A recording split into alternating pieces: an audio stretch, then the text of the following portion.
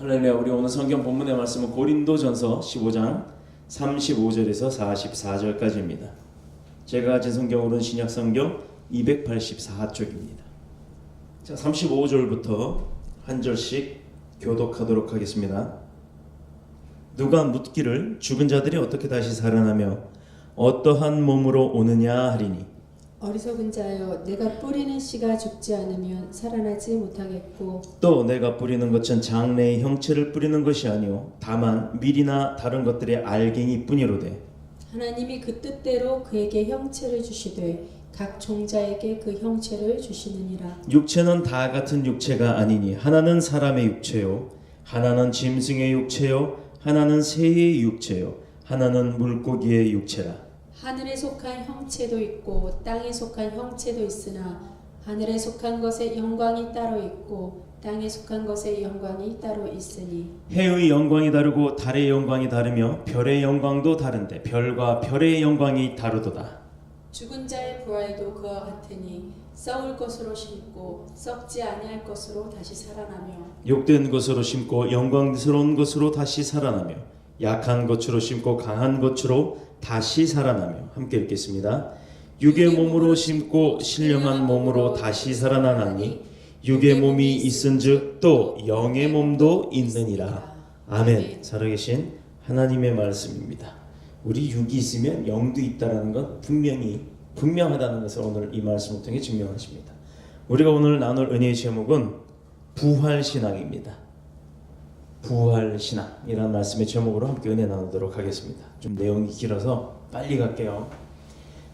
고린도전서 15장 35절에서 44절의 말씀은요, 우리가 21세기 이 현대 문명화된 이 물질 만능주의 이 시대에 살아감에 있어서 크리스찬들이 살았던 옛날 그 과거의 예수 그리스도의 시절과는 비교할 수 없을 정도로 많은 문명의 이기들을 우리가 누리고 살고 있습니다. 어떻게 보면 세상 가운데 예전에 어디 뭐 100m를 가든 1km를 가든 10리를 가든 예전에는 다 걸어 다녔어야 돼요. 근데 요즘은 어떻게 해요? 돈만 있으면 차 타고 가고, 또 먼 거리도 몇 달씩 아니 몇 년씩 걸려야 될 거리도 비행기 타고 갑니다. 이번에 이스라엘 성지순례를 갔다 왔는데 가는데 12시간 오는데 10시간이에요.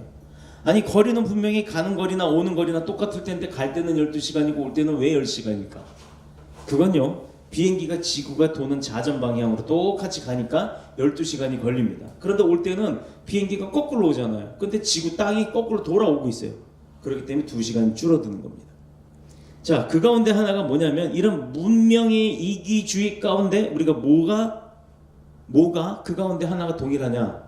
성경에 기록된 믿음의 자손의 믿음은 당연히 동일하다 이 말입니다. 그때 시대의 믿음이나 지금 시대의 믿음이나 따져보면 똑같은 믿음이다 이거죠. 예수 그리스도를 향한 우리의 사랑의 고백이요 믿음의 고백이요 예수 그리스도의 증거의 고백입니다. 그런데 그때 당시는 예수 그리스도가 살아계신 걸 다 봤잖아요. 이번에 우리가 그걸 확인하려고 가서 예수 그리스도의 무덤이니 뭐니 기념하는 어디니 뭐 예수님이 어디서 산상수훈을 했느니 그 장소니 아니니 막 따져가면서 그곳을 막 찾아다녔어요. 그런데 사실상 그곳이 진짜인지 아닌지는 우리가 지금 증명할 방법은 없습니다. 다만 성경에 나왔던 위치들을 추적하고 그 장소가 이곳일 것이다 라고 기념을 하는 겁니다. 그리고 그쪽에 흔적들이 있죠. 유적의 흔적들. 여리고성 가서 함성을 질렀더니 무너졌더라 했더니 여리고에 가니까 진짜 그 성의 흔적들이 다 있습니다. 그러니 거짓말이 아니라는 거죠. 이 진실된 성경이 지금까지도 이어져 오고 앞으로도 이어져 갈 것이고, 우리 인류가 뭐 망했다고 하면 망한다고 표현을 할까요? 그러나 우리 믿음의 사람은요, 그게 새 시작이에요. 새 하늘이 열리고 예수 그리스도에서 약속대로 이 땅에 오셔서 우리에게 그 마지막 약속, 즉 재림의 약속을 이루실 때, 그때까지도 아마 성경은 이어갈 거란 얘기입니다. 그때가 언제가 되었든지 간에 그건 중요하지 않아요. 언제가 되었든지 간에 성경은 영원할 것이다. 예수 그리스도께서 다시 이 땅에 오셔서 재림하는 그날부터는 새로운 성경의 역사가 쓰여진다는 겁니다. 자, 기독교 2000년 역사를 통해서 믿음의 선배들이 남겼던 많은 재산이 있고 유산이 있고 유적들이 있고 영적 그런 근간들의 어떤 많은 흔적들이 있어요. 우리가 성지순례 가는 것은 바로 그것들을 찾아보러 가는 겁니다. 진짜냐 아니냐를 따지기 이전에 실제 이 일이 이런 곳에서 있었구나. 예수님이 이곳에서 어떤 사역을 했구나. 내가 지금 그 땅 2000년 전에 예수님이 계셨던 그 땅을 밟고 있구나 하는 그 감격 때문에 가는 겁니다. 그간 끊어지지 않았고 이어져 왔던 그 영적 자산들, 그리고 그것이 우리에게 지금까지도 이어져 오고 우리에게는 보지 않았지만, 느끼지 않았지만, 만지지 못했지만 그래도 우리는 그것을 믿고 이어가고 있다라는 이 사실이 중요하다는 거예요. 그래서 주님께서 말씀하시기를 보지 않고 믿는 믿음이 더 크고 복되도다라고 말씀하셨습니다. 그렇다 그러면 우리는 기독교의 모든 선지자들, 또 역사 이래 많은 순교자들이 가졌던 그 증거들을 들으면서 다른 힘을 얻는 게 아니라 그 증거의 근간이 되었던 예수 그리스도의 능력을 받는 겁니다. 그 가운데 부활신앙을 가진 자들이 그럼 어떤 믿음을 갖고 살아야 돼요? 우리의 생명에 대해서 구차하게 구걸하지 않는 겁니다. 왜? 육신은 내가 죽었지언정 그 육신 끝에 뭐가 있다고요? 영혼이 있다 그러잖아요. 그리고 육신이 있는 즉 곧 영도 있다라고 분명히 오늘 마지막 44절에 말씀을 하셨습니다. 우리 육은 죽어도요 영이 살기 때문에 우리는 행복한 겁니다. 우리 육은 그까짓것 죽어봐야 썩으면 흙으로 돌아가고 마는 거예요. 그러나 영은 그렇지 않습니다. 그런데 우리의 영이 주님을 잘 따를 때 어떻게 간다고요? 천국 간다는 얘기입니다. 지옥 가지 않고요. 영원토록 죽지 않고 죽고 싶어도 죽지 못하는 그 불지옥에 들어가서 뜨거운 고통을 받는 게 아니라 천국에 올라가서 하나님과 함께 이 세상 가운데 살았던, 길어야 한 120년 130년 살았던 이 세상의 모든 고민들을 다 떨쳐버리고 하나님의 은혜 가운데 기쁨을 누리고 산다는 거예요. 그것 때문에 사는 겁니다. 그것 때문에 믿는 겁니다. 그것 때문에 우리가 복음을 증거하고 따르는 겁니다. 그런데 순교의 길을 간다는 것, 그렇게 믿음의 길을 간다는 것, 증거의 길을 간다는 것, 증인의 길을 간다는 게 결코 쉽지 않더라 이 말이에요. 그런데도 왜 길을 쓰고 그렇게 가느냐? 우리가 갈 곳이 어디다? 천국. 그리고 그곳에 누릴 것에 대한 것을 우리가 약속받았기 때문이에요. 그 약속을 놓치지 않으려고. 자, 몇 년 전에 전라도 영광 하면 우리가 뭐가 생각납니까? 밥상 위에 굴비가 생각나요. 모임이도 굴비를 좋아하나 봐요. 다음에 영광 갔다 오면 굴비 한 마리 당첨. 그 굴비를 먹으러 간 게 아니에요. 전라도 영광에 가면 교회가 하나 있어요. 이름이 비슷해요. 영광이 아니라 염산, 황산, 빙산 할 때 그 염산이에요. 염산 장로교회라는 곳을 가게 된 적이 있습니다. 근데 그곳은요, 우리나라의 기독교 역사 이래 몇몇 안 되는 순교지 중에 하나입니다. 그곳에 가면 1931년 전도사님에 의해서 세워졌던 그 염산 장로교회는 신사참배를 일제시대 때 거부한다는 이유 하나만으로 교회의 총을 빼앗겼어요. 그로부터 시작해서 1951년 6.25 전쟁 때는 인민군들이 내려와서요, 거기 있는 목사님부터 시작해서 전부 다 수장을 시켰습니다. 바로 그 염산 교회 앞에가 바다거든요. 바다 수로 이 육지의 강물하고 바다하고 맞닿는 곳에 그 물을 막기 위해서 역류하는 걸 막기 위해서 수로를 만들어 놓은 곳이 있는데, 그 수로 앞에가 좀 깊어요. 물이 이렇게 회전을 하기 때문에. 거기에다가 물에 빠뜨려 죽였는데 어떻게 죽였느냐? 이따만한 돌, 거기 교회 가면요 다 그걸 끄집어내서 전시를 해놨습니다. 거기에다 사람을 묶어요. 근데 7살짜리 아이부터 죽였어요. 7살짜리부터 90살까지 되는 노인까지 전부 다 물에 빠뜨려 죽이는데 그들의 입에서 나온 말이 뭡니까? 살려주세요. 생명 구걸하지 않았습니다. 주께로 가까이 주께로 가오니, 죽으면서도 그 찬양을 불렀습니다. 그 교회는 예배당을 빼고는 교회 전체가 일제시대의 공산치하에서 받은 핍박의 증거로 가득 차 있어요. 1층부터 발자국이 그려져 있는데 그 발자국을 따라가면 2층 본당까지 모든 그 증거의 흔적들을 다 유적으로 전시를 해놨습니다. 죽창과 화형으로 당시에 많은 성도들을 죽였던 곳으로 그 증거들이 수집되고 보관되고 있습니다. 9살 아이부터 90살 노인까지 77명의 순교자가 그곳에 생겼고, 그래서 교회 앞마당에는 가묘를 만들어 놓고 77인의 기념비를 세워놨습니다. 가까운 마을 주민들을 예수를 믿는다는 이유로 다 죽여버린 거예요. 근데 누구도 구걸하지 않았다는 얘기 금방 했죠. 심지어 9살 그 아이까지도 찬양을 부르면서 마지막 때 물 속에서 순교를 했습니다. 그 가운데서도 사도 바울의 이야기를 한번 생각해 보면 그가 고백하기를 나는 날마다 뭐 한다? 죽는다라고 표현을 해요. 뭐예요? 사람이 날마다 죽겠다면 죽음을 연습하고 자살 연습하나요? 천만에요. 그게 아닙니다. 믿음 안에서 내 육을 죽이는 연습을 한다는 겁니다. 이것은 우리 믿음의 사람들이 사도 바울도 마찬가지였고 그 복음의 길, 믿음의 길을 걷는다는, 신앙의 길을 걷는다는 것은 핍박과 더불어 가시밭길을 가는 것이다 라는 것을 증명하는 거예요. 즉 얼마나 힘들고 험난한 것인가. 자, 사진의 배경 보이죠? 이게 바로 이스라엘 땅입니다. 이번에 가서 찍어온 사진이에요. 이스라엘 땅이 다 이래요. 기껏해야 요런 풀, 가시 덤불 하나 나는 정도. 그런데 구름 한 점 있겠어요? 내내 덥겠죠? 그런데도 참 감사한 게 뭐였냐면 손으로 머리 위에 그늘을 내도 손등은 따가운데 머리는 시원하더라 이 말이에요. 이래서 광야 생활 40년 동안 이스라엘 백성들이 이곳을 지나올 때도 하나님께서 밤에는 불기둥으로 춥지 않게 하시고 낮에는 구름기둥으로 덥지 않게 하셨다는 말씀이 무엇이었는지를 증명할 수가 있었습니다. 자, 그러면 살아있으면서 우리가 날마다 죽는다고 하는 그 삶, 그게 뭘까요? 대체 왜 그래야 할까요? 여러분 생각해 보셨나요? 이것은 다른 거 아니에요. 오늘 제목처럼 우리가 죽으면 다시 살 수 있는 그 부활의 신앙이 있기 때문에 날마다 그 죽는 연습을 하는 겁니다. 선 오브 갓이라고 하는 영화를 우리가 몇 년 전에 교회에서 봤어요. 우리가 믿는 이 진리의 신앙은요, 불변하는, 변할 수 없는 부활의 신앙인 것. 그래서 매월 4월달 되면 부활절 예배를 드립니다. 예수님이 매번 다시 부활하신 게 아니라 예전에 그 첫 사건이 있었을 때, 십자가 사건 이후에 말씀의 약속대로 3일 만에 부활하셨던 그 증거를 기념하기 위해서 매년 그걸 반복하는 거예요. 이번에 골고다 언덕을 가는데 목사님들이 십자가를 지고 갑니다. 거기서 임대를 해줘요. 워낙에 그런, 얼마나 그 십자가를 많이 끌고 다녔으면 십자가 나무가 이렇게 끝에가 직각이 돼야 되는데요. 하도 끌고 다녀서 이렇게 동그란 모양으로 달아서 동그랗게 돼 있더라고요. 이 십자가를 지고 갑니다. 근데 어떤 분은 울기도 하고 어떤 분은 막 한탄을 하기도 합니다. 물론 그게 무슨 의미인지 알아요. 예수님이 그 당시에 얼마나 힘드셨을까. 온통 거기 시장통으로 만들어 놓고 장사치들이 잔뜩 깔려 있는데 십자가 메고 우리는 정말 마음이 가달프고 애달퍼서 가는데 그들은 보고 막 사진 찍고 웃어요. 근데 그게 지금뿐만 아니라 예수님이 실제 그 사건 때 예수님이 가셨던 그 골목도 시장통이었단 말입니다. 그때도 그러지 않았을까. 그 모습을 봤을 때 우리의 마음에는 정말 안타까움이 있었어요. 내가 예수님이 이런 마음이었을 거다라는 걸 조금이나마 우리가 알 수 있었던 겁니다.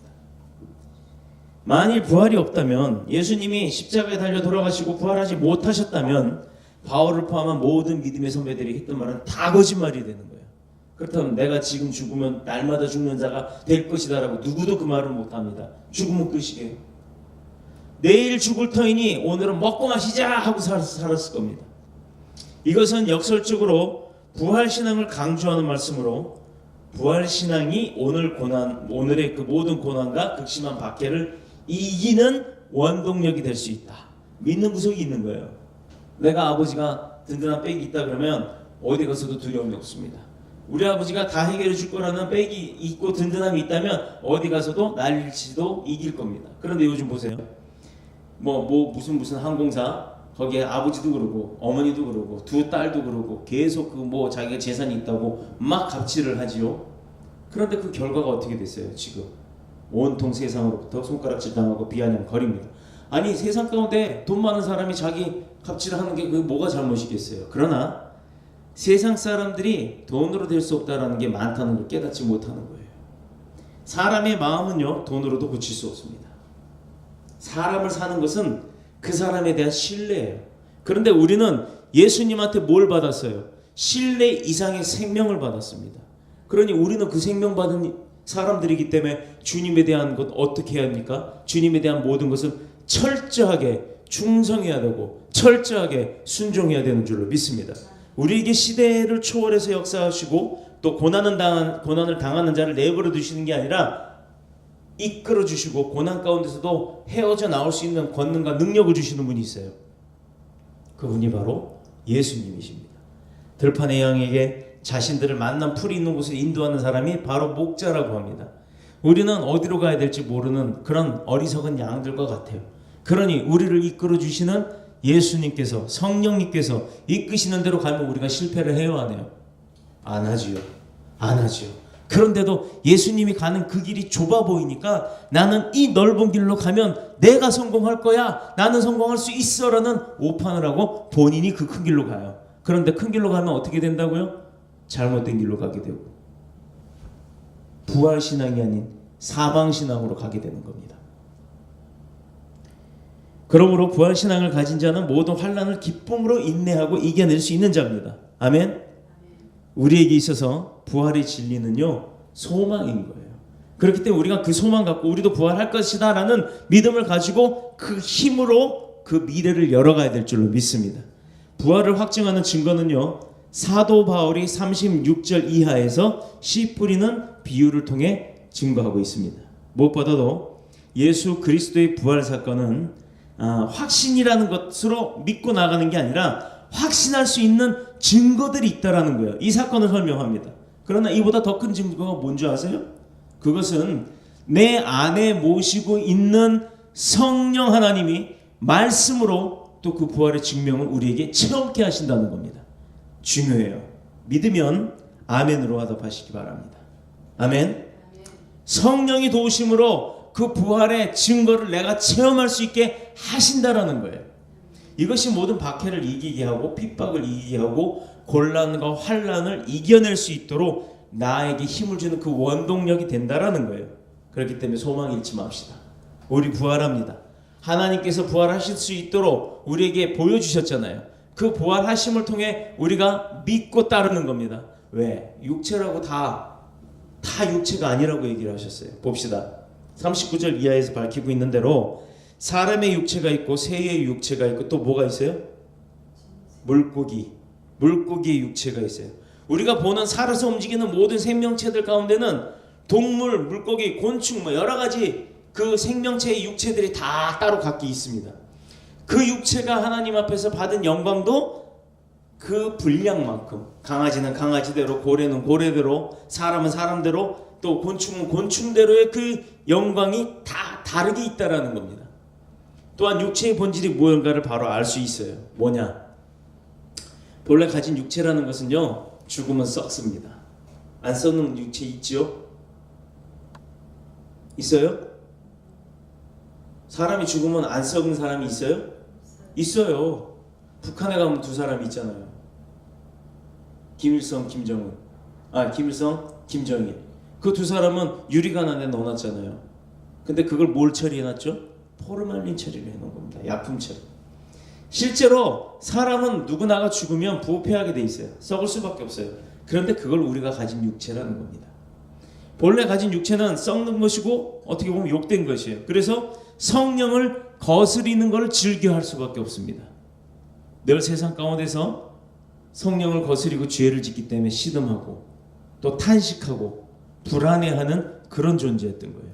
그런데 그 육체의 연약으로 인해서 질병, 피곤, 그리고 여러 가지 결핍으로 인해서 나의 마음에 두려움, 고통받는 그런 존재였는데 마귀 시험거리는 건 당연한 거죠. 얼마나 우습겠어요, 마귀가 쓰기에. 혈기왕성하여서 죄에 빠지기 쉽게끔 만들고, 음란하게 만들고, 욕심내게 만들고, 시기 질투하게 만들고, 분냄에 만들고, 이렇기 때문에 하나님이 진노 가운데 있었던 겁니다. 교만함을 통해서 하나님보다 높아지려고 했던 그런 교만함 때문에. 자, 이게 바로 죄 많고 흠 많은 사람의 본 모습입니다. 그런데 우리에게 가장 큰 문제는 이런 육체를 가지고도 결코 하나님의 영광을 드러낼 수 있겠느냐 이 말이에요. 그런 내가 썩어 빠진 영혼이라면 하나님 앞에 영광 드릴 수 있는 삶을 살 수 있어요, 없어요? 못 살잖아요. 그렇기 때문에 우리에게 뭐가 필요하다? 회개가 필요한 겁니다. 그래서 회개를 통한 새로워짐의 역사, 부활의 역사가 필요한 거예요. 이것은 영원히 썩지 않는 것이고 영광스러운 몸이 되는 것이고 신령한 것이 되는 것이고 하나님의 가장 귀한 것들을 내가 직통으로 직시하여 하나님으로부터 받아서 내가 누릴 수 있는 거예요. 이것을 바로 영의 몸이라고 표현을 하는 겁니다. 우리 믿음의 선배들이 바로 이런 육체의 부활을 통해서 그런 부활한 자신이 받을 영광, 그게 즉 하나님께 드려지는 영광이라고 생각하고 인내하고 살았던 겁니다. 부활의 신앙을 소유한 우리에게 가져야 할 정체성이 무엇인지 몇 가지만 얘기하고 마치도록 합니다. 첫 번째, 썩을 것으로 심고 썩지 아니할 것으로 사는 것. 이게 뭔 말이지? 곧 씨를 뿌리는 원리와 같다는 얘기예요. 여러분, 사과를 먹든 배를 먹든 아니면 뭐를 먹든 그 안에 열매가 있죠. 그 씨를 갖다가 심어요. 그럼 어떻게 돼요? 싹이 나죠? 싹이 난 다음에 성장을 하면 다시 그 자리에서 열매가 몇 배로 열려요. 근데 먹고 난 그 씨를 땅에 심으면 씨가 그대로 있어야 되나요? 그 씨가 썩으면서 새싹이 돋는 겁니다. 곧 씨 뿌리는 원리와 같다라는 거예요. 그래서 썩을 것으로 심고 썩지 아니할 것으로 사는 것. 이 말이 바로 그 말입니다. 두 번째는 욕된 것으로 심고 영광스러운 것으로 다시 사는 것. 자, 나의 욕됨은 다 버려버리는 거예요. 나의 욕됨을 내가 포기해버려야 하나님의 영광으로 살 수 있는 은혜가 있다는 것. 곧 죄로 오염된 우리의 더러워진 육신을 주님 앞에 드립니다. 회개함으로. 뭐 매를 맞든 뭐를 하든 하여튼 주님 앞에 드려버려요. 그래서 영광스러운 부활체로 하나님께서 우리를 바꿔주시고 그 영광의 삶을 통해서 천국의 영원한 생명을 우리에게 누릴 수 있도록 자격을 부여하신 겁니다. 이제 자격 받았잖아요. 하나님의 자녀로서 천국 키를 받았어요. 그러면 이제 어떻게 해요? 키만 갖고 있으면 돼요? 안 되죠. 키만 갖고 있어봤자 문도 못 열고 들어가지도 못하잖아요.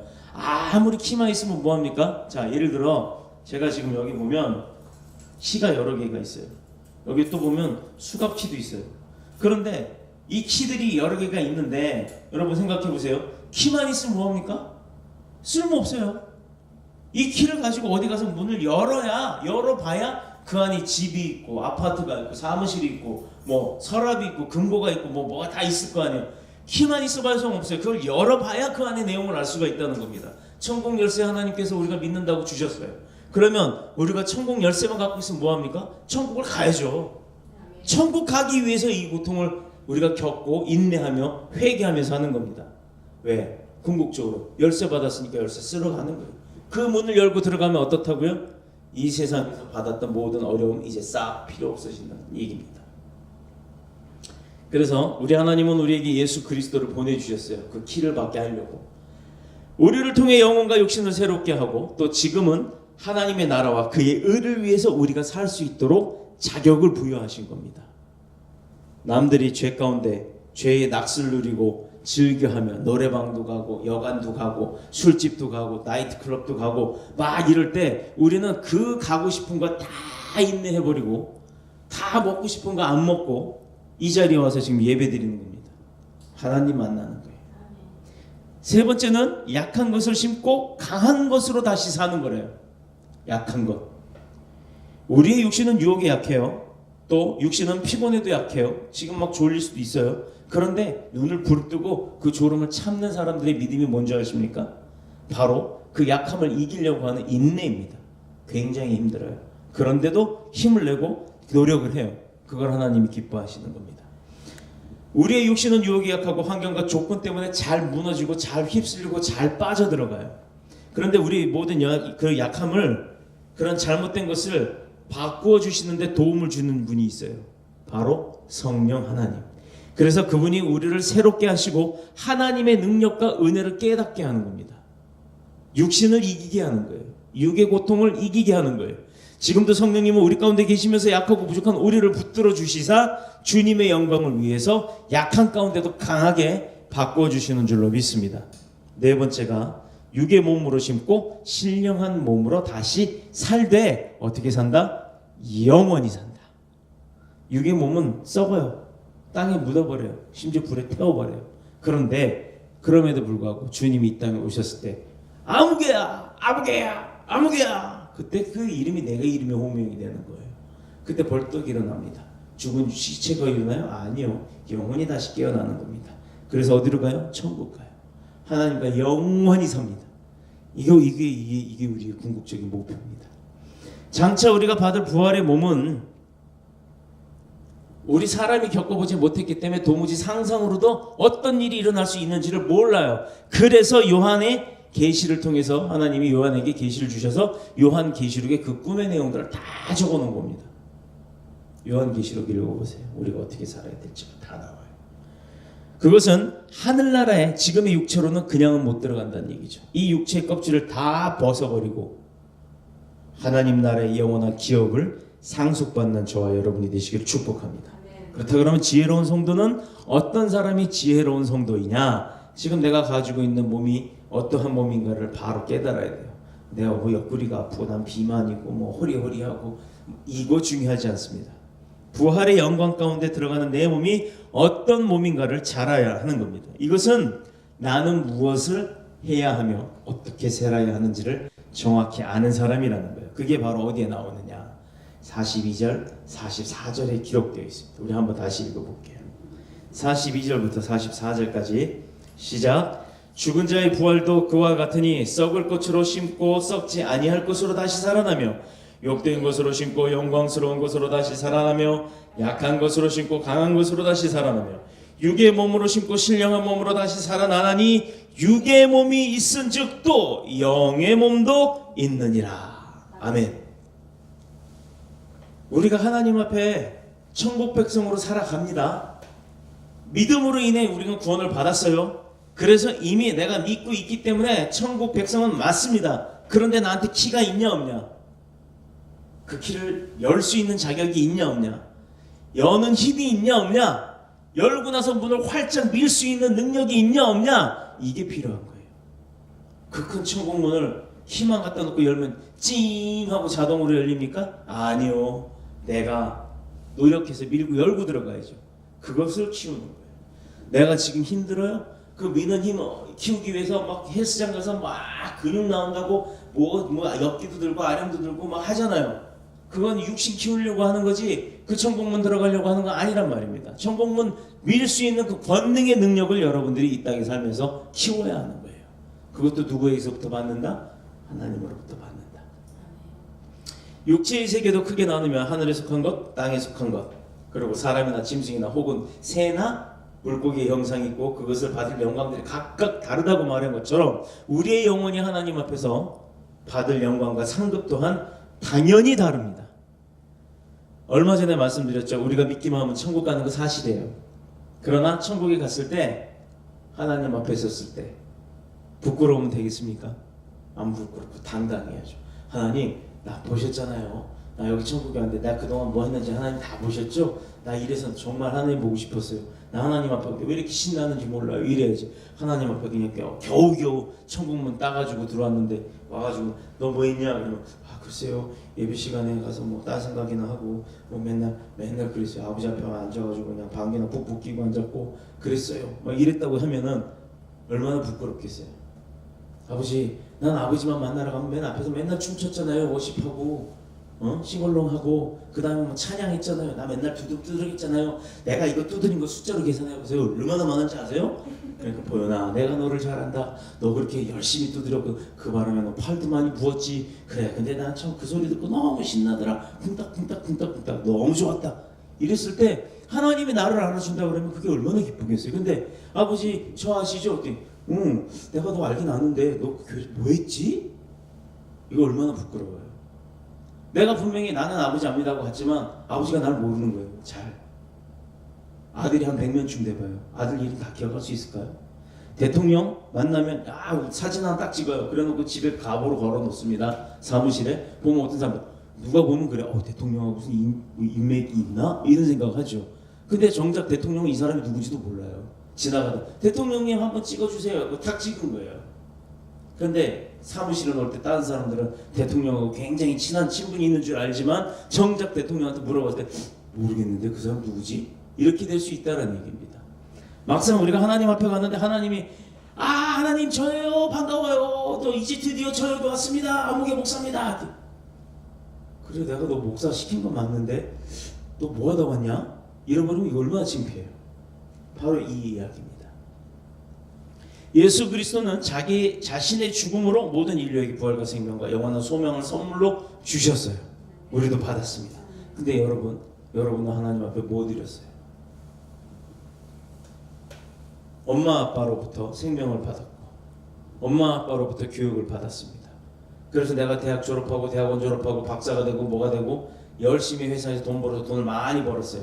그런데 그렇게 해놓고 나서 가만히 생각해보니 자기 자식한테 막 갖다 투자하면서 자기 부모한테는 용돈 한번 제대로 드려봤나요? 부모님한테 그렇게 신나게 받아놓고. 우리가 이런 부분들은 잘 생각을 해봐야 될 부분입니다.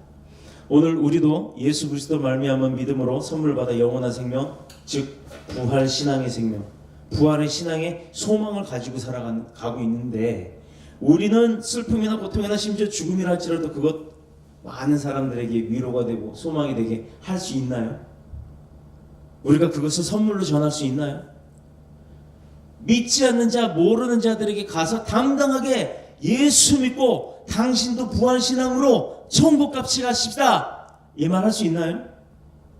떳떳하게 얘기할 수 있나요? 잘 한번 생각해 보세요. 그저 듣고 나만 아는 것이 아니라 내가 그것을 이해하고 전달할 수 있는 믿음이 되어야 될 줄 믿습니다. 우리가 예수 그리스도의 부활뿐만 아니라 죽은 자의 부활도 믿는다면 우리 인생의 여정에 수없이 반복되는 많은 실수, 고난, 환난, 그리고 심지어는 죽음 앞에 닥치는 위기, 이런 것도 두렵지 않다라는 거예요. 왜냐? 아니 죽음이 두렵지 않다? 이상하지 않아요? 죽으면 누가 강도가 칼만 들고 와도 벌벌벌 떨 텐데 그래 죽여, 이럴 수 있는 사람이 있겠어요? 왜냐하면 생명도 부활시키는 주님께서 그 하나님이 모든 실패와 고난 안 이기게 하실 것 같습니까? 다 헤쳐나올 수 있다면 이 말이에요. 그러니 그런 어려움과 슬픔 속에서도 넉넉하게 건져내신다 이 말이에요. 그래서 우리를 그렇게 충분하게 돕고 충분하게 건져내실 수 있다는 그 확실한 믿음이 먼저 선행되어질 때 주님으로부터 그걸 받을 수 있는 겁니다. 기가 기도해놓고 이거 될까? 안 되죠. 당연히 안 되죠. 당연히 안 되죠. 내 스스로가 기도해놓고 될 줄 알고 믿습니다 라고 구해놓고는 돌아서면서 될까? 안 되죠. 당연히 안 돼요. 그 기도는 주님만 듣는 게 아니에요. 사탄도 듣거든요. 그래 너 기껏 너 매달렸는데 너 이제 봤더니 너 그게 진실이 아니었구나. 너도 의심하는구나. 그래 잘됐다. 되지 못하게 딱 막아버립니다. 오늘도 우리에게 죄로 말미암아 저주받아 죽을 수밖에 없던 우리가 죄인이었습니다. 그 죄인을 구원하고 축복하시고 거기다가 덤으로 플러스 알파 죽음이 아닌 부활의 소망을 갖게 하셨다는 거예요. 그러니 얼마나 감사해요. 이 부활의 소망을 가지고 신앙으로 죄를 이기고 이 세상을 이기고 특별히 우리 이야기를 잘 염탐하고 있는 그 마귀 사탄을 이기도록 도우시는 하나님의 영광을 위해서 살아가는 저와 여러분이 되시기를 예수님의 이름으로 축복합니다. 축원합니다. 기도하겠습니다. 주의 집에 영광이 가득해